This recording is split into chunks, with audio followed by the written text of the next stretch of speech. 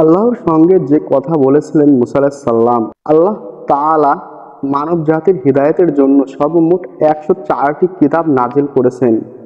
তার মধ্যে তাওরাত, জাবর, ইনজিল ও কোরআন মাজিদ শ্রেষ্ঠতম ও সবচেয়ে বড় গ্রন্থ। তাওরাত মুসা আলাইহিস সালাম এর প্রতি অবতীর্ণ হয়েছিল। মুসা আলাইহিস সালাম আল্লাহ তাআলার সঙ্গে কথা বলেছিলেন। মুসা আলাইহিস সালামকে কালিমুল্লাহ বলা হতো।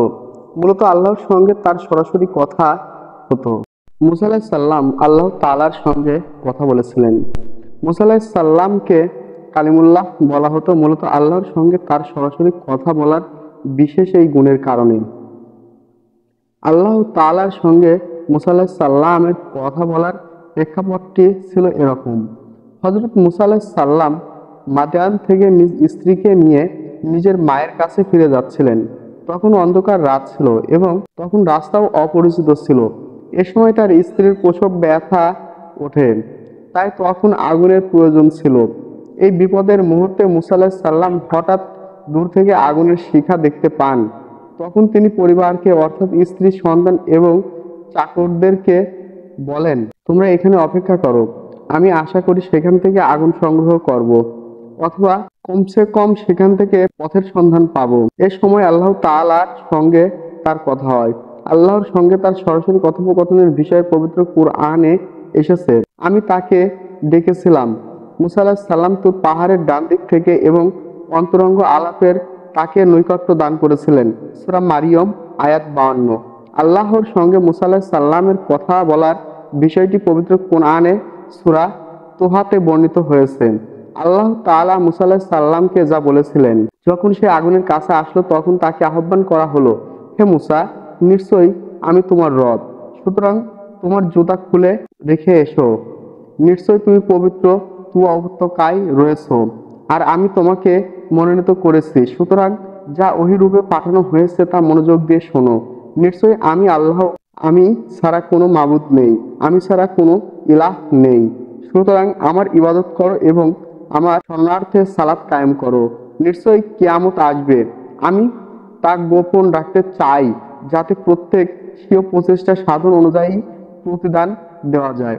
অতএব যে ব্যক্তি তার প্রতি ঈমান রাখে না এবং স্বীয় প্রবৃত্তি অনুসরণ করে, সে যেন কিছুতেই তাতে ঈমান আনয়নে তোমাকে দ্বিধা দিতে না পারে, অন্যায়ত্ব তুমি ধ্বংস হয়ে যাবে। আর হে মুসা, তোমার ডান হাতে ওটা কি? সূরা তোহা আয়াত 11-17। আল্লাহ তাআলার কথার পর মুসা আলাইহিস সালাম যা বললেন, সে বলল, এটি আমার লাঠি, আমি এর উপরে ভর করি, এটি দিয়ে আমি আমার মেষপালকের জন্য গাছের পাতা পারি এবং এটি আমার আরো অনেক কাজে আসে। সূরা তোহা আয়াত 18। আল্লাহ তাআলা আরো বললেন, যা বলেন মুসা আলাইহিস সালামকে। তিনি বললেন, হে মুসা, ওটা ফেলে দাও। অতঃপর সে তা ফেলে দিল, অমনি তা সাপ হয়ে ছোটাছুটি করতে লাগলো। এই আয়াতে মুসা আলাইহিস সালামের সঙ্গে আল্লাহর সরাসরি কথোপকথনের বিষয়টি তুলে ধরা হয়েছে। এটা আল্লাহর দরবারে মুসা আলাইহিস সালামের উচ্চ মর্যাদার প্রমাণ। এই বিষয়টিকে আলোচ্য আয়াতে আল্লাহর সঙ্গে ঘনিষ্ঠতা হিসাবে বর্ণনা করা হয়েছে।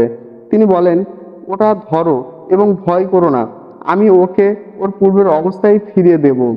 আর তোমার হাত তোমার বগলের সাথে মেলাও, তাহলে তা উজ্জ্বল হয়ে বেরিয়ে আসবে কোনরূপ ত্রুটি ছাড়া আরেকটি নিদর্শন রূপে, এটার জন্য যে আমি তোমাকে আমার বড় বড় নিদর্শন সমূহের কিছু দেখাবো। ফিরআউনের কাছে যাও, নিশ্চয়ই সে সীমালঙ্ঘন করেছে।